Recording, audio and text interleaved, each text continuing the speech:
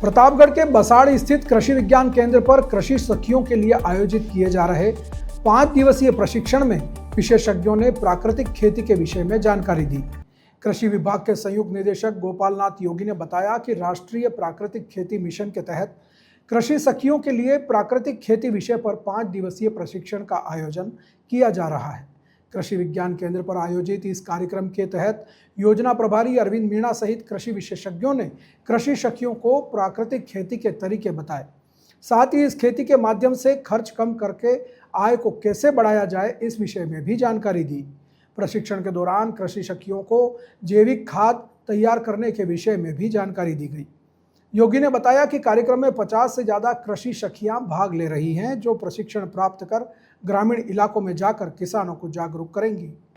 अभी यहाँ कृषि विज्ञान केंद्र में संयुक्त निदेशक कृषि विस्तार जिला परिषद प्रतापगढ़ और कृषि विज्ञान दोनों मिल करके प्राकृतिक खेती के ऊपर यहाँ पर कृषि सखियों का एक 5 दिवसीय प्रशिक्षण कार्यक्रम चल रहा है, जिसके अंदर हम कृषि सखियों को ये बताएंगे कि किस तरह से प्राकृतिक खेती की जाती है, प्राकृतिक खेती के क्या क्या कंपोनेंट हैं और उन कंपोनेंट को किसान अपने घर पर किस तरह से बना सकता है।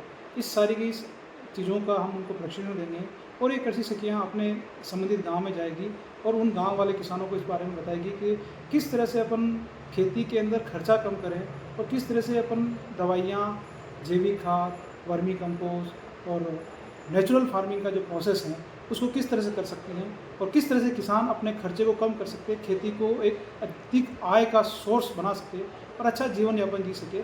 इसके लिए सरकार की इस महत्वपूर्ण योजना की जानकारी हम गांव तक पहुंचाने का एक प्रयास कर रहे हैं। ये किन के लिए आयोजित किया जा रहा है? ये कृषि सखियाँ हैं जो राजीविका के माध्यम से चयनित की गई थी, उन्हीं कृषि सखियों किया जा रहा है। अभी हमारा ये प्रथम बैच चल रहा है, इसके बाद में हमारा द्वितीय बैच चलेगा। उन द्वितीय बैच को भी हम ये सारी जानकारी उपलब्ध कराकर किसानों तक ये सुविधा पहुँचाने का प्रयास कर रहे हैं।